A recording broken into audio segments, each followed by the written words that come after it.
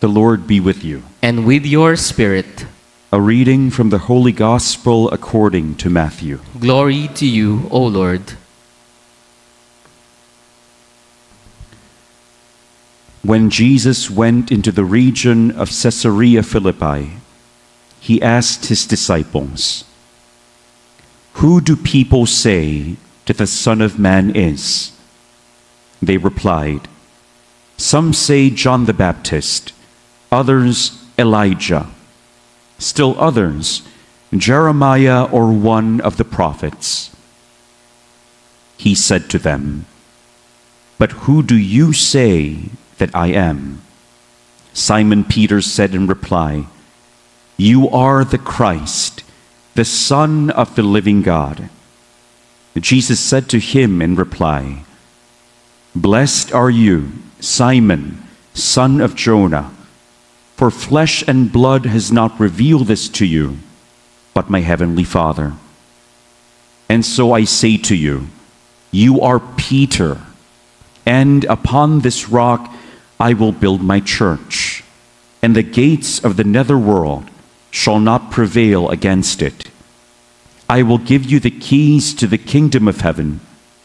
Whatever you bind on earth shall be bound in heaven, and whatever you loose on earth shall be loosed in heaven." The good news of our salvation. Praise to you, Lord Jesus Christ.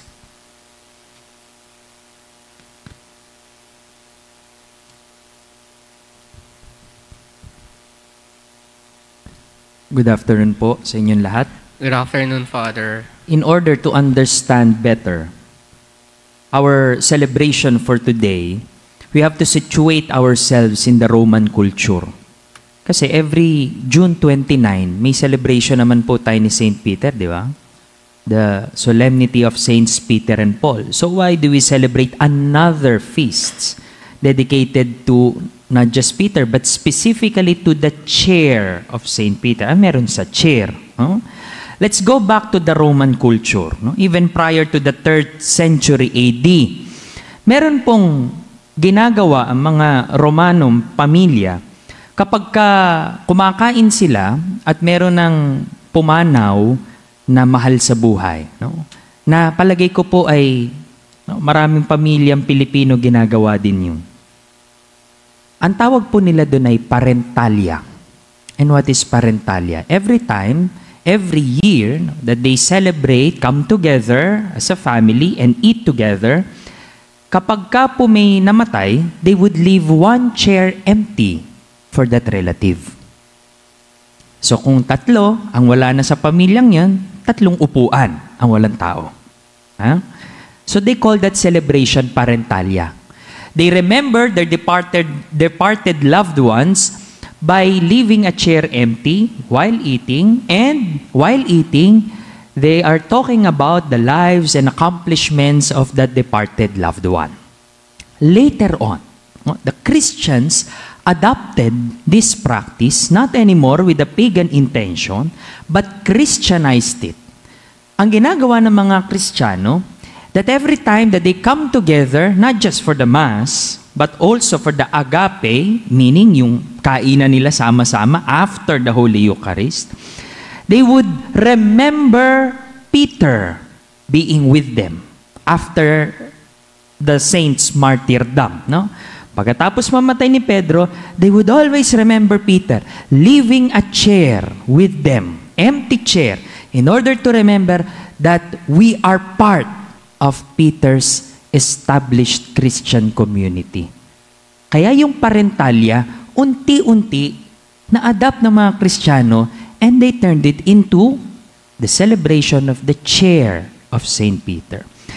Later on, this chair was not just a literal chair, pero yung office of Peter, inside the church. Meaning, ito na po yung gospel natin, dito papasok.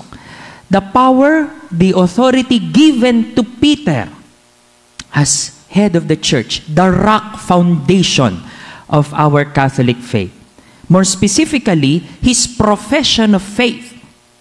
is the foundation of our Christian faith. Ano yun? That you are the Christ. Ikaw ang Kristo, ang anak ng Diyos na buhay.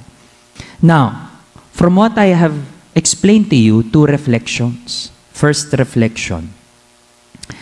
Tingnan po ninyo, no?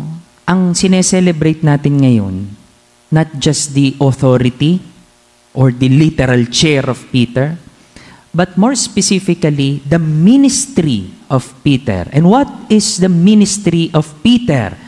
And the ministry of the successors of Peter? To become the visible manifestation and assurance of communion in the church. Malinaw sa atin, kahit saan tayo magsimba, simbahang Katoliko, connected and united in the chair and faith of Peter, we are in communion with each other. And when there is communion and where there is communion, there will always be charity. So we are connected and united in Peter and therefore in Christ, in love, in charity with one another. Kaya, hindi natin po pwedeng sabihin na tayo dito sa EDSA Shrine ay hiwalay doon sa simbahan sa Tondo. O kami sa Valenzuela, hiwalay doon sa pinakabaryong simbahan sa Bulacan. Hindi ganon. Lahat tayo iisa, konektado sa pag-ibig, konektado sa pagbibigayan. Second reflection. Tingnan po ninyo yung pananampalataya ni Pedro, di ba? Tinanong ni Jesus yung kanyang mga alagad, who do people say that I am? They have many opinions. Yung iba, mga namarites nila. Sabi po nung iba, kayo po si John the Baptist. Sabi ng iba, si Elijah kayo. And then Jesus asked them, but how about you? Who do you say that I am? Then Peter answered, you are the Christ, the Son of the living God. Putol nga po gospel di ba? Naging gospel na po ito some days ago, few days ago. After that, Jesus rebuked Peter. Why? Because Jesus explained to them the real meaning of the messianic mission of Jesus. At ano po yun? That later on, he would have to suffer, then undergo death, but after that, after 3 days, rise again. But again, Peter rebuked Jesus and told him, no Lord, no, that should not be possible. Ayoko niyan, hindi po pwede mangyari yon, di ba? And then, Jesus rebuked Peter. You see, in the beginning, Peter's faith was not perfect, not flawless, no? May kahinaan, may pagkukulang, and yet later on, Jesus sharpened that faith. Jesus deepened that faith. Jesus expanded that faith. That weak heart, that little faith grew into something big. And that faith is that faith shared with all of us. Di po ba? Now, what can we learn from this? My dear brothers and sisters, God does not expect us to be perfect at first or immediately. There will always be weaknesses. There will always be faults. May kahinaan tayo. So therefore, let us be patient with ourselves. Because God is patient with us. Hindi naman niya pinabayaan agad si Pedro na, ay, lumayo ka na sa akin, mali pala'y pangunawa mo, no? Jesus was patient with Peter. Teaching Peter, like a father teaches his son. Peter, ganito, ganito, ganito. And that is how God is with us. So be patient with yourself. Later on, little by little, that little faith of ours, that weak heart of ours will grow, will expand, and soon will be perfect. But for now, be patient. My dear friends, my brothers and sisters, our celebration today is not a celebration of a furniture, a chair, but a celebration of communion. And when there is communion, there is love. And when there is love, there is patience. And when there is patience, there is peace. Amen.